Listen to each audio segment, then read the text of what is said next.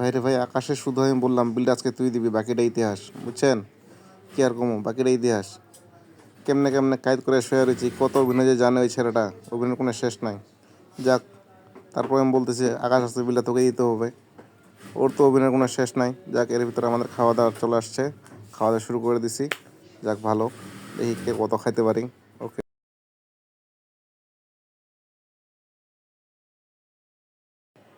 না, আমি এসব খেতে পারি না, আমার না এসব খেতে গেলে পেট খারাপ হয়ে যায়। আর যখন ফাও পাই তখন মনে করেন যে আলকাতার সহ খাই ফেলাই। কথা তো অনেক কিছু বলার ছিল কিন্তু বললাম না। সব শেষে দেখছেন আমার কাছে ভাগ ছুটে বড় আসছে ও। সব খাওয়া দাওয়া করে এখন আমার আমার কাছে আসছে ভাগ ছুটাতে। কত বড় হারামি ছেলেটা।